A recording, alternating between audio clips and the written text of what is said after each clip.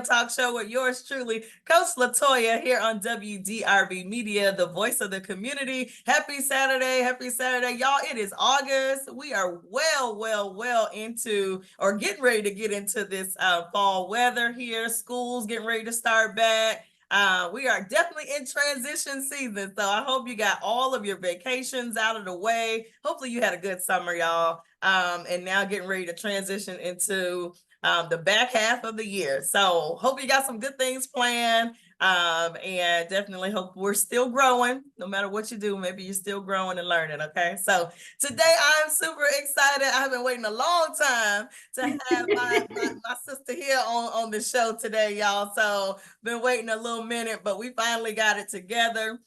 So y'all, please help me welcome to the show, full-time entrepreneur, definitely built her own business, y'all, and definitely did a huge transition from medical field to just being a full-time entrepreneur. So it definitely excited for y'all to hear this story. So please help me welcome to the show, Kaylin Anderson. How you doing, Kaylin?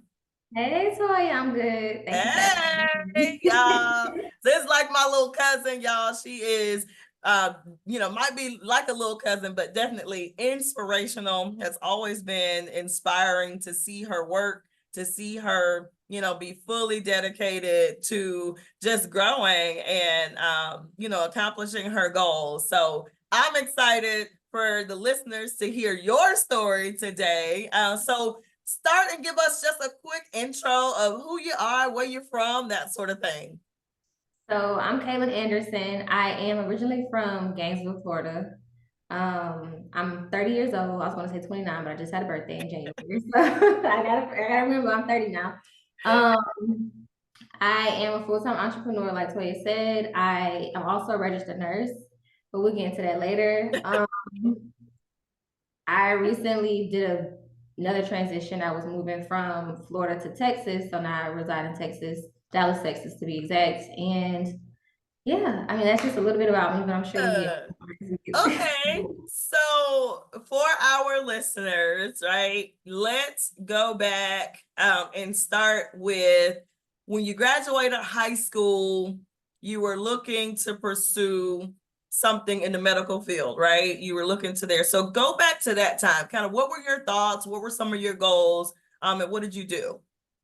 So when I was in high school, I was trying to figure out what I wanted to do in general. I know I liked dealing with like labor and delivery, babies, everything like that. And when I was younger, before I was in high school, I was interested in like ultrasound tech and just like things like that. And so as time started going, like as time started moving and I started to graduate, I was like, okay, well, I know I want to pursue something in the medical field. I'm not sure what it is. And then nursing was just right there. And Mm-hmm. so um, I moved from Gainesville after I graduated from high school. I moved from Gainesville to Orlando, Florida, which is where I pursued my nursing career. And unlike most people, I didn't go to a big university. I went to a state college. I went to Valencia State College, which I'm very happy about because it was a way for me to save money. Yeah.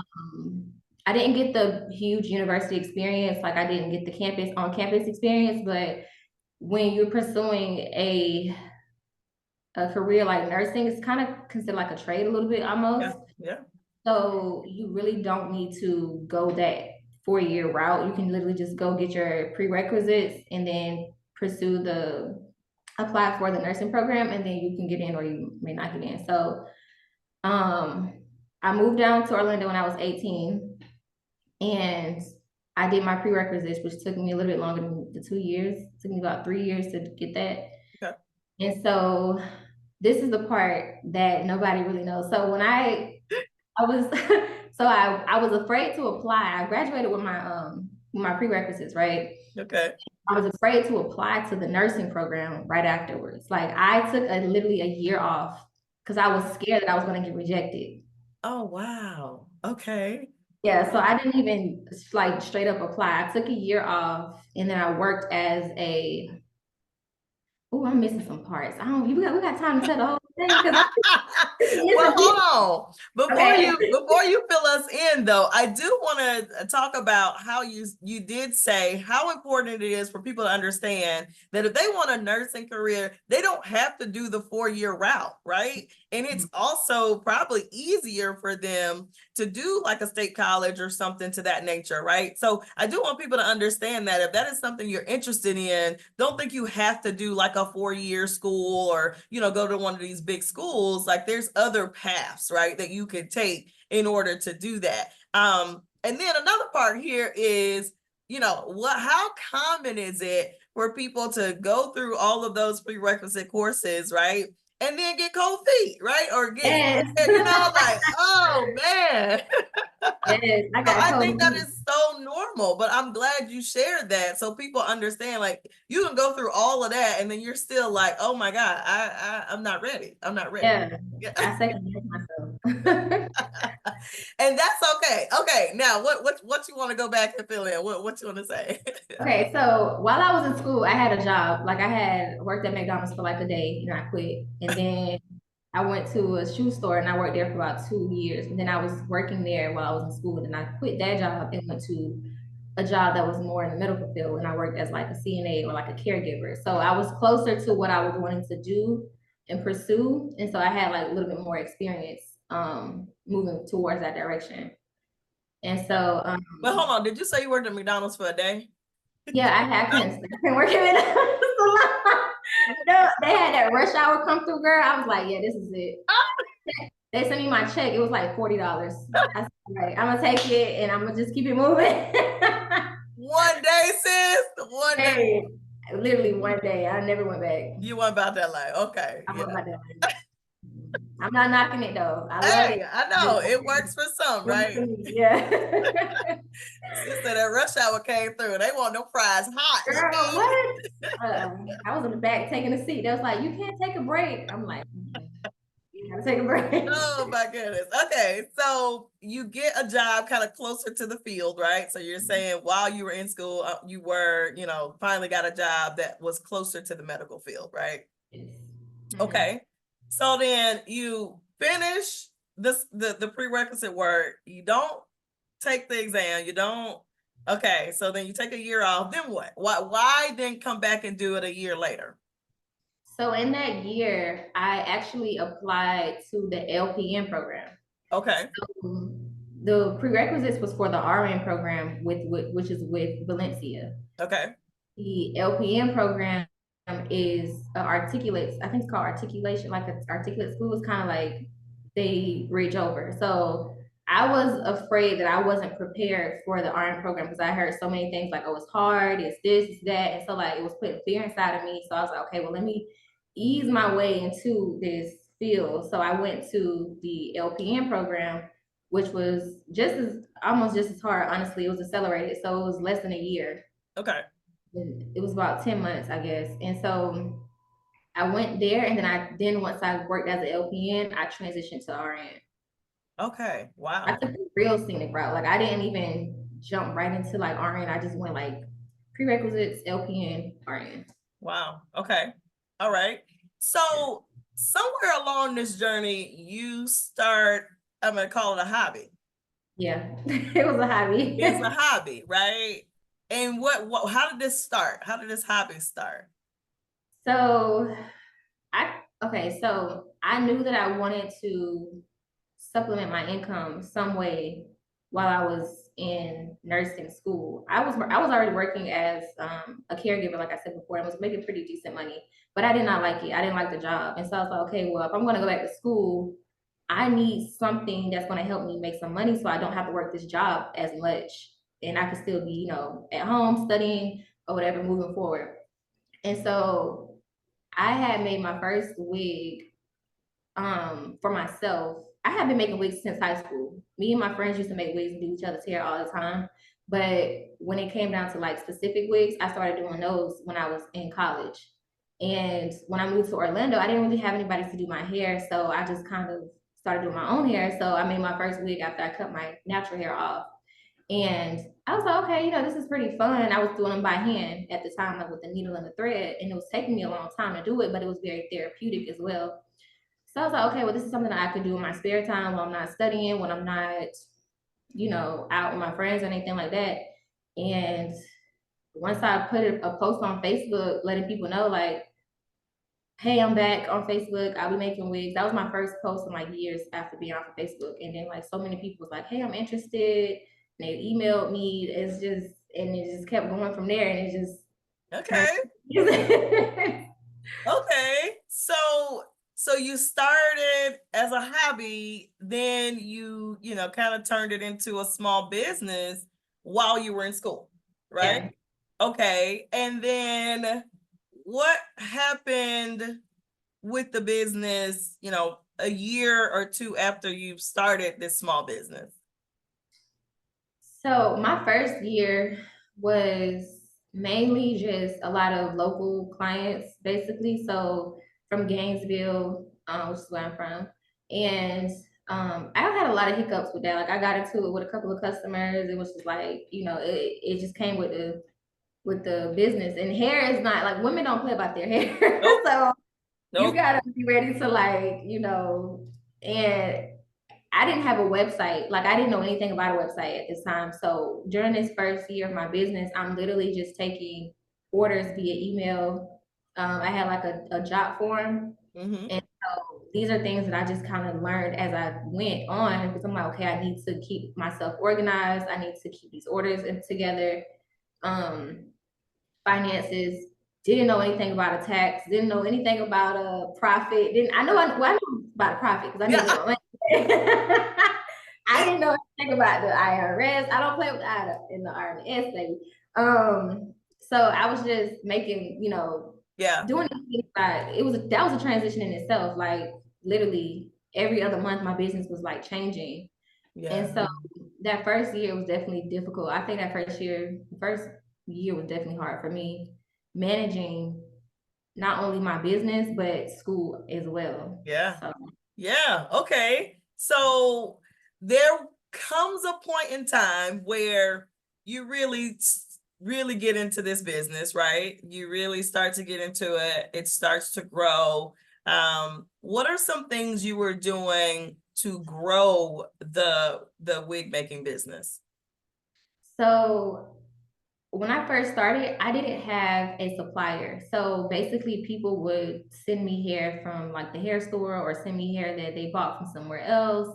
Okay. And so this came with some hiccups because I didn't like a lot of the quality that they were sending in sometimes. And so I decided that I needed to make my own like product. Basically, I needed to be like a one-stop shop. Yeah. So that was one of the turning points for my business for sure. Like me having my own supplier that supplied me the hair. And so that when people come and purchase the unit, they get the full product. They don't just get a service. Yeah. And so changing from a service to a product really helped me like grow my business because as a service worker or like a service provider, you can only grow so much. Like you Yeah. can only do so much. And so I was like, okay, well, I'm going to change this from being just, I'm going to make it for you to I'm going to provide everything for you. You're going to buy it as a package and then we're going to move forward. Okay. So that's kind of was one of the turning points. And then another one was getting a website. Yeah. Okay. Because before I was accepting payments in like halves, like you pay a deposit and then once it's done, you pay the rest. And that was difficult to keep up with. And so now with the website, you just pay everything in full and then we send out the product to you. And if you're pleased with it, you keep it. If you're not, you can always return it. So Okay. Okay. was, All right. So when did you decide that this was going to be a thing, that you were not going to just do this while in school, right? You're going to actually make this into a real business and even think to have a second thought about the nursing career? I never really thought, I never took time out to think about when that happened. Okay. That's a good question. Well, I when did the nursing career not seem so exciting or like a long-term plan? So, it was before I even applied to any nursing school program, honestly. And I think because when I was going through like the motions of being a teenager, transitioning to a woman, it was like I was questioning like, what do I want to do with myself? Like, what do I want to do with my life? I remember exactly when I asked myself this question. I was right on the city bus going to my job, and I was like, I'm 19, 18 years old. I'm like, what do I want to do? And every time I would tell people like, oh, I want to be a nurse, they would be like, oh, you got to work those long hours. You got to da da da. It's like, oh, dang, you know what? And they were right. Honestly, like you do have to work very long hours. You may not have time for your family.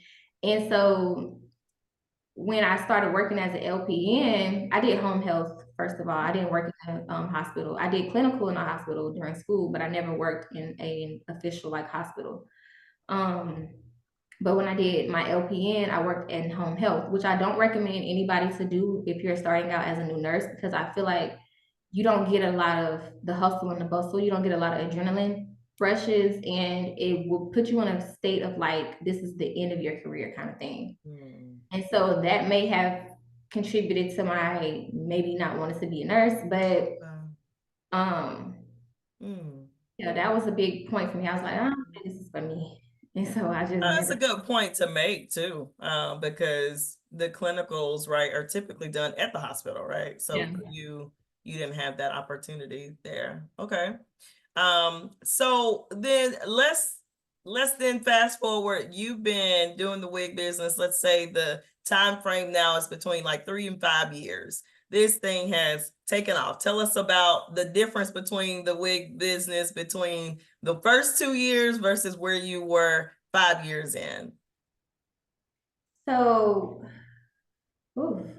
So the first 2 years, it was slow. I mean, I would get orders, but I was still working my job. So it wasn't something I was like really able to pursue full time. I remember specifically I picked up 4 shifts back to back, like 4 day shifts back to back. And I was like, I'm not doing that again because I didn't have time for my business. And at the time, it was a good balance of me being creative and me being, just a worker bee. Yeah. And I'm not really, I don't like being a worker bee. Like I like to run things. Like I like to be in the forefront, like in the front of things. And so I was like, yeah, I'm not picking up all these shifts anymore. And so I was making like 30 wigs a month, 30 to 40 wigs a month. Wow. And that's when everything just started to like pick up. And then Instagram, which is where I mainly promote all of the units. Instagram was way different back then. So like Instagram was very good for my business because I was right in front of people's faces. Like I think it was me and a couple of other people who had just started making wigs in like 2017-ish, 2018. And so every drop, all the wigs would be sold out. And I had a website at this time too. Like 3 years in, I definitely had a website. I think I got my website around 2019. Okay. So yeah, it was like hundreds of people on the website every time I dropped some. It was crazy. It was insane. And I was just like, yeah, I don't know if I'm gonna go back to work because I'm making some good money here. And I mean, 30, let's keep it real with the listeners. You're talking about 30 to 40 wigs per month. And yeah, on average, at this time, wigs are what? $200, $300 per wig yeah, at this time in your career, right? yep. Right? So that's some bread, right? So It you is right. right. Like, so you really 3 years in now, you have now elevated this business to 30 to 40 wigs per month Mhm. and really not having time for the nursing career, right? Because you really taken off there. Tell me Yeah. about building your base though. So we have listeners out there that maybe they are new to a business and they're just trying to, build their followers, build their base. What are some things you did to, really go from taking the job form orders that was just a few here and there? So maybe you were doing 10 a month. Now you're, progressed up to 40 a month. So what are some things you were doing there to grow your base? I would say having strong brand recognition is important off the bat. I think honing in on like what it is that your business is going to stand for. Like when I first started, I already knew what type of woman I wanted to attract when it came down to the market that I was going to be marketing my product to. So I mainly the everyday women, like lawyers, doctors, nurses. It was just more of like the market that I kind of fit into a little bit myself. And so just like having an idea of who you want to sell to is very important because you can't sell to everybody. Everybody is not your customer. Mm. And I think if you don't know that early on, you get discouraged trying to sell to the wrong people. Mhm. So that was definitely something big for me because it weeded out a lot of other customers that I just wasn't suitable for my brand. And that's fine, that's okay.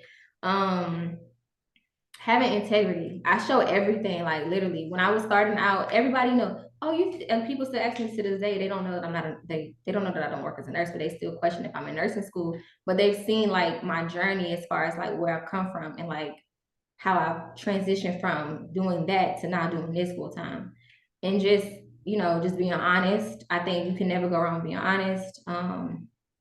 Having just a clean brand, like I went from an email job form to an acuity website, which is scheduling for like appointments. So there were small steps, but they were like big steps also. And then once we got rid of the acuity website, we just went full blown with the actual website. Um, and then my graphic designer, I've been working with her ever since I got my website. So I've been working with her for like 5 years. And so she just knows my brand really well. And she just keeps everything just kind of like cohesive. Yeah. So Okay. So fast forward to or actually before we fast forward to today, talk about the wig making community. So talk about the relationships that you've honed in. You talked about getting your own vendors, right? And sourcing out product, making sure they're the best of the best for your clients. But tell us a little bit about that community. So if there was someone that's interested in, like, say, I want to become a wig maker, this is where I want to go, because baby, the hair industry is like billions and trillions of dollars, right? So there's enough for everybody, honestly. hi so girl. so tell us about that community. So I think the wig making community is a wonderful community. A lot of us who are close, we started around the same time. I think it's very supportive. A lot of us do mentorships. I personally don't do mentorship. I do something similar, but it's not really a mentorship. But you just can't focus on what everybody else is doing. I think when you start getting into this community, you have to just find what makes your work different and find what is going to stand out to your customers. Like I said earlier, targeting that audience that you want to promote your products to, and you can always switch it. Yeah. Um, but I think if you get into this industry, like the hair industry, a lot of people think it's oversaturated. It's saturated. I don't want to say it's oversaturated because every industry is almost oversaturated. Unless you like reinventing the wheel, which I don't Right. recommend, like you are literally just jumping into the same thing that everybody else is doing. It's just how you do it is what's going to make you stand out. And so just, I people ask me questions all the time if they have any questions about hair or suppliers and stuff like that. And I always answer questions when people ask me questions if I have an answer to it. But don't be scared. I mean, it's like anything new you are pursuing is some fear there. You can be a little bit apprehensive, but if it's something that you want to do, I think you should do it. Yeah. Yeah. Awesome. I forgot to ask this earlier, but how did moving from sewing by hand to the sewing machine, like how many more wigs were you able to make by moving from when remember you started sewing by hand, right? And then you moved over to the sewing machine. So when I used to sew by hand, it would take me about 2.5 hours, and that's not even including like styling. Right. So I was I was sewing for a minute. Now it takes me 30 to 45 minutes for I say about 30 minutes to make one wig on a sewing machine. So like I cut my time down like tremendously. So in about 2.5 hours, I can make about three. If I'm really working and like really paying attention, I can make about 4 wigs in like 2.5 hours. Wow. So it definitely helped me with my timing and just it helps the overall unit too because the wig lasts longer and it looks more professional when it's done by a sewing machine. Um, Okay. yeah, I like the transition because I was sitting at that head for hours for hours. So now I can just go zoom through. Yeah. So on a daily basis, like how many wigs would you make per day if you were just like, and I know you don't make them every day, but the days that you're like, okay, I'm making wigs today, like how many would you typically make? I'd say about 8. Okay. All Yeah, I right. make about 8 in a day. Okay. All right. And then, so as this business has progressed, what did it feel like to hit the $1 million mark? To hit the $1 million mark. Yeah. I I was, I don't know, honestly. I mean, okay, so I kept checking it because I'm like, I told mom, I said, why am I not a millionaire yet? Like, why I don't have a million? She's like, you probably do. You just thinking about it the wrong way. So I was like, you know what, you're right. So I went on my website, the back end of it. I don't know when I looked at it, the exact day, but I was like, okay, we're getting close. And Mm-hmm. so I was like, okay, I'm gonna keep checking. I want to check it every day because I feel like then I was gonna drive myself crazy. But I looked back the other day, I was like, I think we hit it. And so when I hit, I was like, wow, like this is crazy to me. Like, and it's still, I'm excited about it, but I'm already working on the second one. So I'm like, okay, let me, but I don't think about me, I don't sit in like marinate in my accomplishments. I just be like, okay, let's just move, keep moving. Yeah. Yeah. I was excited. Like, and my mom, she was like, it's crazy to think that we came from like the apartment that we was in Gainesville. Like, my daughter has like $1 million. And that's another thing too. I love her, I love my mom, but she was not with it with this wig stuff in the beginning. She was like, Oh. you need to be a nurse, nurse. She didn't understand it. And so as time went on, she was like, okay, I get it. You know what I'm saying? Now she calling me like, you sold some wigs today, you did this today. I'm like, yeah, I did that, girl. Yeah, now she like, okay, girl. Now she Hey, understands. listen, she was being a mama, like, Right. hey, want to make sure that she sets you up, right, and make sure you go to school and get your education on how, that's what Right. I'm tell you to do. But I'm sure she all right with it now. So Yes. that's good. Okay, so you hit this $1 million mark, which is a tremendous accomplishment. So congratulations, even though you're like, I'm on to the number 2 now, right? You Right. already hit 2 million, which says a lot about who you are, right? It says a lot about your drive and just, your ambition for success in this industry. So I wouldn't expect anything less than you saying, all right, how we getting to the 2 million, right? Right. So so, all right, listeners, we're going to take a quick break. And when we come back, we're going to finish hearing more about Wigs by Bella Lynn. And then we're also going to hear about this geographical transition that she recently made. So, taking a leap of faith and leaving one state and going to another. So, we'll be right back.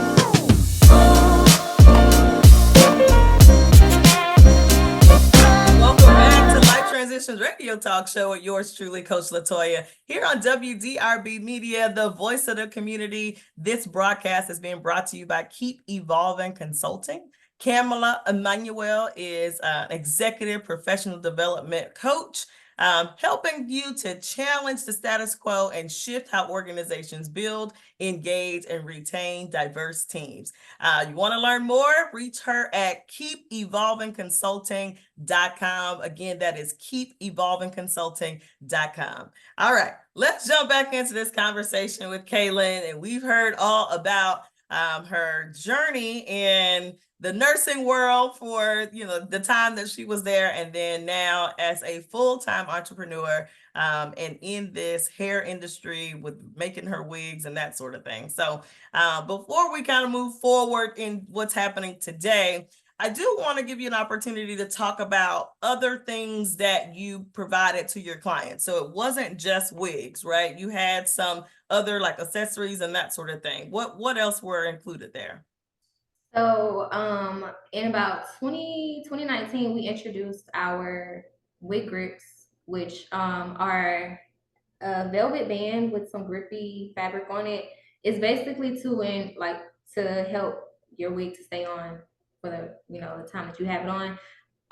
In the beginning, a lot of people were apprehensive about wigs in general because wigs get a lot of negative They talk. do. They I do. They don't get a like lot. They that. get bad press sometimes. Yeah. Yeah, and I wanted to shift that because I'm like, they can look really well if you like put them on properly. So a lot of my customers came from me being just like educated. Like, I was just educating them on how wigs are supposed to be worn, why you should get a wig over like pressing out your leave out every day because it's not good for your hair. And so with all of these tips and educational tips that I was dropping, I also introduced another hair oil, which was our first product. It was a product that I had sourced. Basically, I came up with the formula, I came up with the ratios, I came up with the product. Like I did everything. And this was still when I was in school. And my sister was helping me, Yada was helping me. And I was like, I cannot keep up with this. Like it was still insane. Like I could not keep up with it. And so as time went on, I stopped doing that. Okay. And then I went to another product, and that's the curl pudding. And everybody loves the curl pudding. Yeah. Like Love that. it's a great product. And now I'm trying to bring back the oil. Okay. And just keep that system. Systems is the word. You got to have like before you release a product, you have to have a system like already in place, because if you don't, you're gonna run out of like you can't keep up with the demand.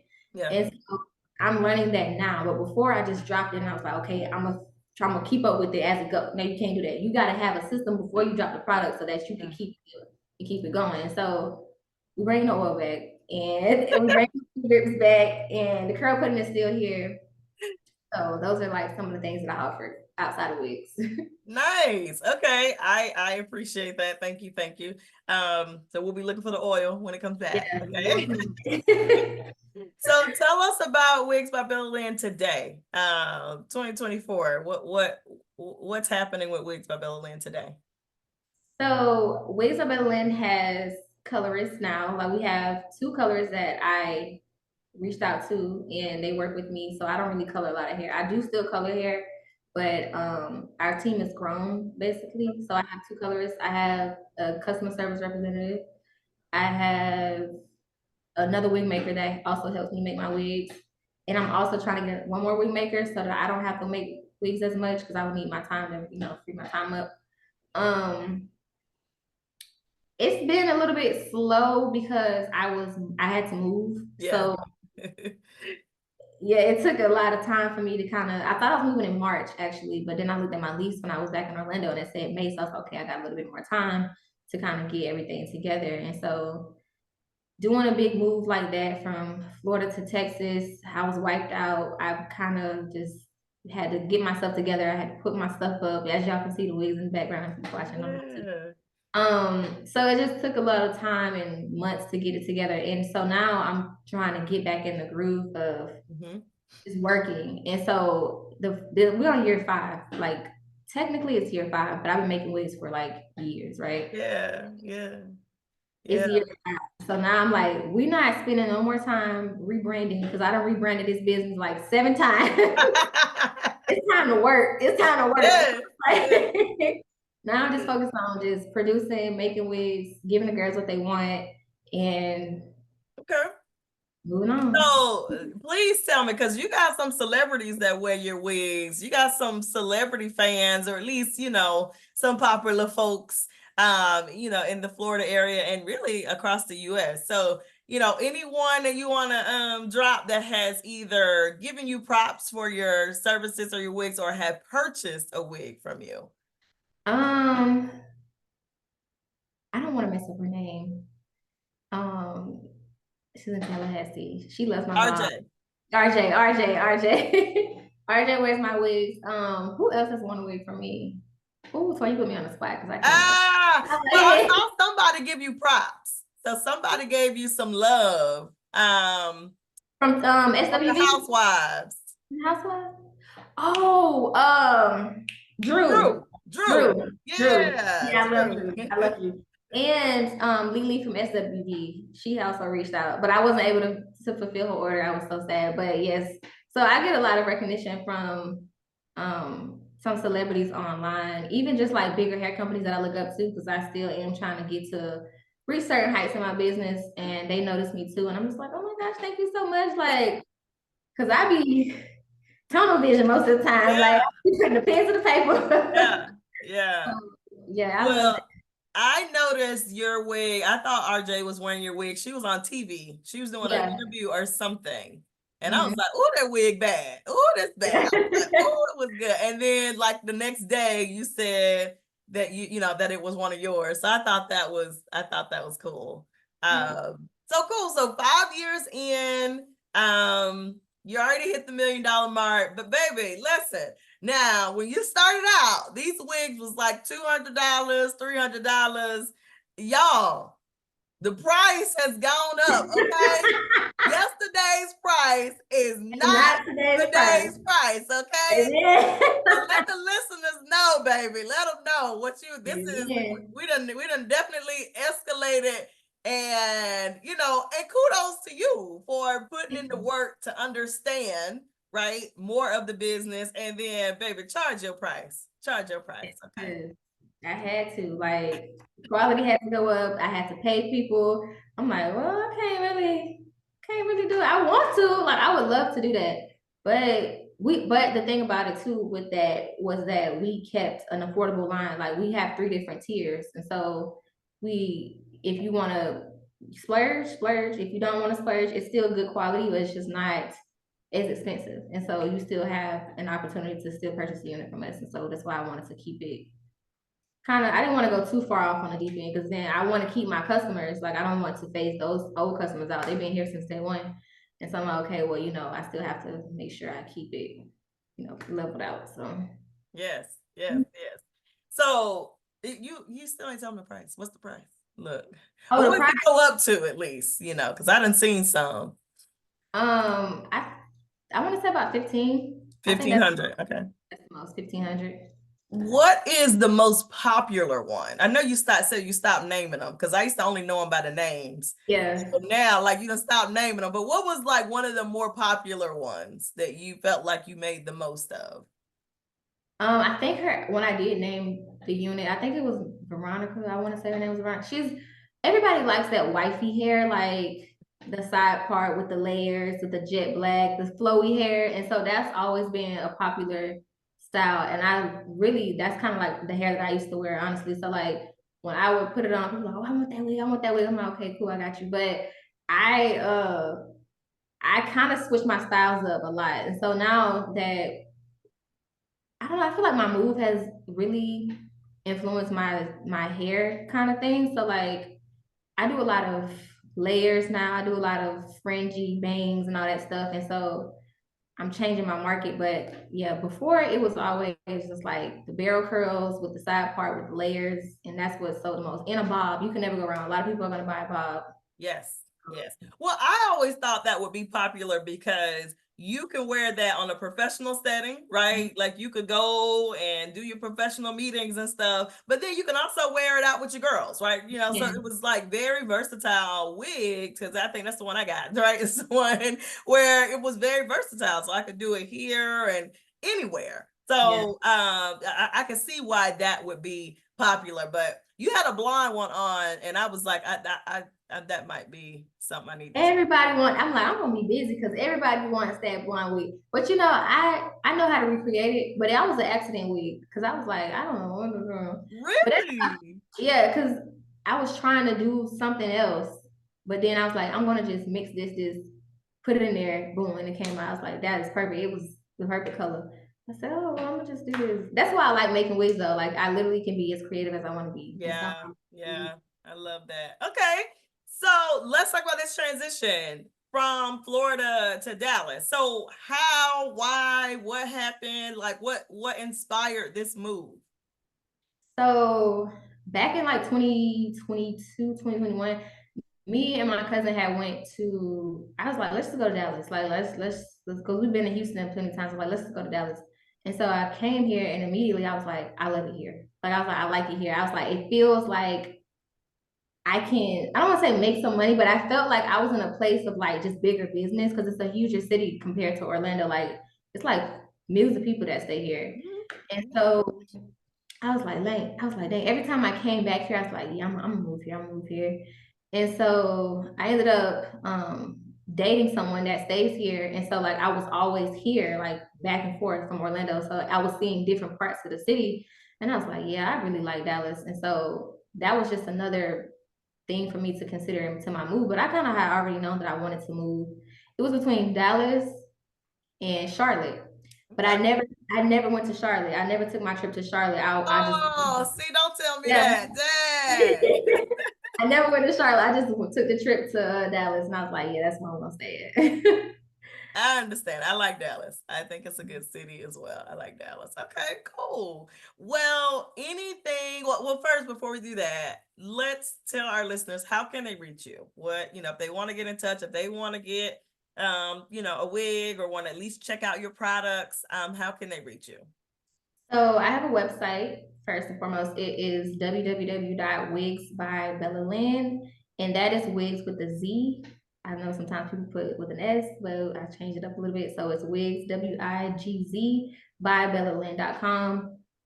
We also have an Instagram page where I post very consistently. That is the same as the website. It's Wigs by Bella Lynn. That's pretty much it. I'm trying to get into TikTok, but I can't really get into TikTok like that. Facebook page, not so much. I do have a personal Facebook page that I post my work on as well. But for the most part, you can find everything that you need on the website and Instagram. We give all of our updates on Instagram, and our email is once Okay. you. Any advice, anything you want to leave? This is for our, 18, 19, 20-year-old young ladies that are interested in getting into this business, right? Or just anyone, honestly, that's interested in getting in and or that recently got in, right? They're recently in and they're just trying to figure it out. Any advice for them? Any last words for them? If this is something that you truly want to do, and because I have a little sister and she's trying to figure out what she wants to do, and I always tell her, God put something in your mind and your heart, it's for you to have it, it's for you to pursue it. And so don't let anything discourage you. You're gonna have your points where you're gonna get discouraged.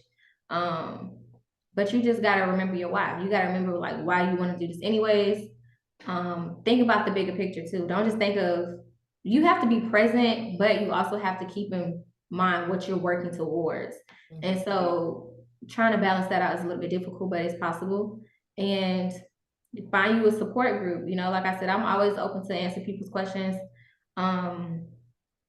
You just gotta be positive. I feel like any negative thing, I've lost money, I've lost customers, I've lost my mind. You just got to look at it like this is happening for me and not to me. And I think when you start to shift your mindset, you have better outcomes, and yeah. That's good. That's good. That's good. That's good. Okay. Well, listen, I enjoyed the conversation today. I definitely appreciate you, fitting me in and letting us hear a little bit about your story, how it all started, how you got to where you are today. So listeners out there, again, if you want to reach her, wigsbyBellaLynn.com. Remember, that's wigs with a Z by Bella Lynn. .com or Instagram, Wigs by Bella Lynn. And quickly before we leave, I saw that you were manifesting your Instagram follower number, I think earlier this year. You're like, I think you said by your birthday it was gonna be a certain number, and it was there before then, right? That creeped me out. That creeped me out for real. Well, I just like that you, like you said, you're so transparent, you're so open, and like you were sharing that with other people, like, hey, I've been manifesting that I was going to get to this number. So it's like, I love that you are still so very dedicated to this business, and still putting those goals out there, like, hey, I want to get here, I want to get there. So you reached it before your birthday. I know now you're probably well over the 30. Was it like 30,000 or 30? It was 32. Okay. Now we at 37.5. Oh, yeah. 40 is my next one. Yeah, I was gonna say, and you'll have that in no time, right? Definitely before the end of the year, you'll be at 40. So I do like that about you, is that you keep it 100. Like you said, you're very transparent and open with your followers. And I think people feel like they know you or know a little bit about you because of that's the case. And that just helps people to buy more, right? People buy from people that they feel like they know or they like. So that's a big part of it too. Yeah, you got to tell your story. So yeah. So thank you. I appreciate it. Thank No you for problem. Thank joining you me for having me. today. Again, if you want to reach out to Kaylin, wigsbybellalynn.com or wigsbybellalynn on Instagram. And check it out, y'all. Check out some of those units. Now, she got it in a tier, but don't worry. Listen, today's price, all right, is not yesterday's price. I'm just letting you know, okay? So, but the quality is there. I still have two from probably like 5 years ago, right? That still look absolutely brand new. Just wash it, girl, and be gone, right? So so these are long-term investments that you can make and keep them for a very, very long time. So thank you so much, Kaylin, for being on the show. Y'all, thank y'all for tuning in and listening in. Definitely appreciate it. Again, this is Life Transitions Radio Talk Show with yours truly, Coach Latoya, here on WDRB Media, the voice of the community. And we'll see